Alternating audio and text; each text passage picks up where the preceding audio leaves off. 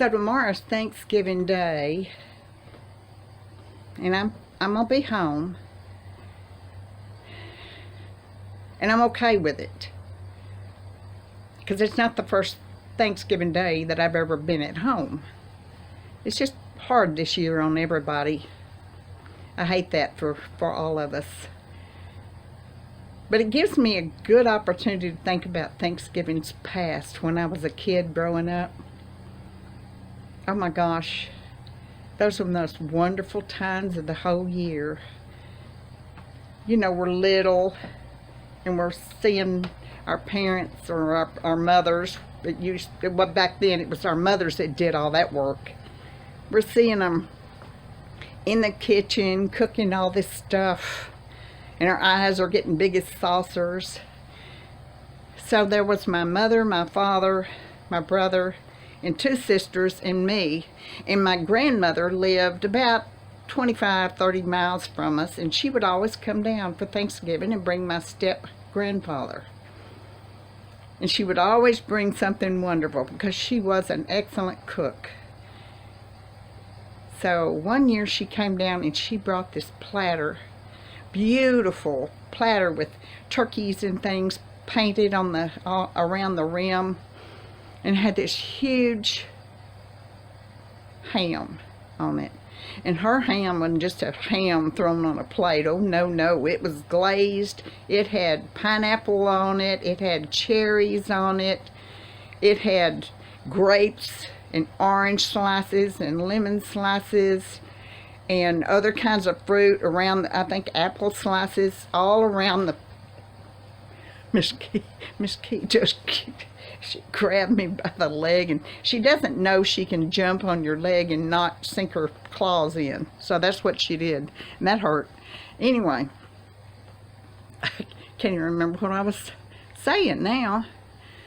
Anyway, it was decorated beautifully. She always did such a wonderful job of decorating. Just cooking in general was wonderful, because she was, like I said, a wonderful cook.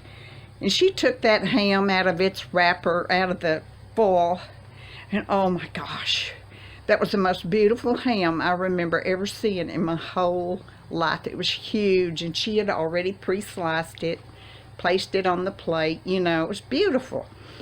And she also brought a chocolate cake. Now, my grandmother could make the best chocolate cake in the whole world. It had an icing on it that sort of resembled a thin white fudge. It was that consistency of fudge, but in a thin layer. And I know that she made it with sweetened condensed milk, but nobody ever got the recipe. It's one of those things that she kept in her head, and nobody ever figured out years later, when she was already gone. Nobody ever knew how to make that wonderful, wonderful icing, but that chocolate cake and that icing was fabulous. But we had a rather smallish kitchen, but our table was huge. It was a great big wooden table. We had benches and chairs all around, and it was up against this great big, huge kitchen window in our house in the country. And when it was time to eat, you know, it was just everything was on the table. Some things were still on the stove, of course, like the great big things of dressing and sweet potatoes. We had, oh, you had such food, y'all. You would have thought we were rich. We had so much food at that time. And later on, in later years, my husband and I would get in and work for 2 days before Thanksgiving, cooking pies and cakes and cookies and all the side dishes, and we'd have either turkey or ham. Sometimes we had both.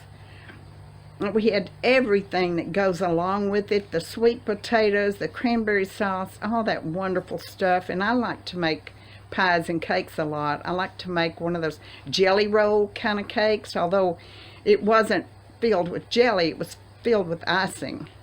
And I love to do that and make and pour powdered sugar on top. I love to make that kind of thing, but I haven't made that kind of thing in 2 years now. I haven't.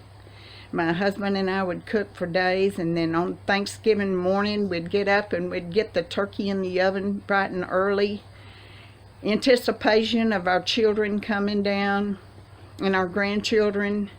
We had this big old table in our dining room, and we'd set it all up and put food everywhere.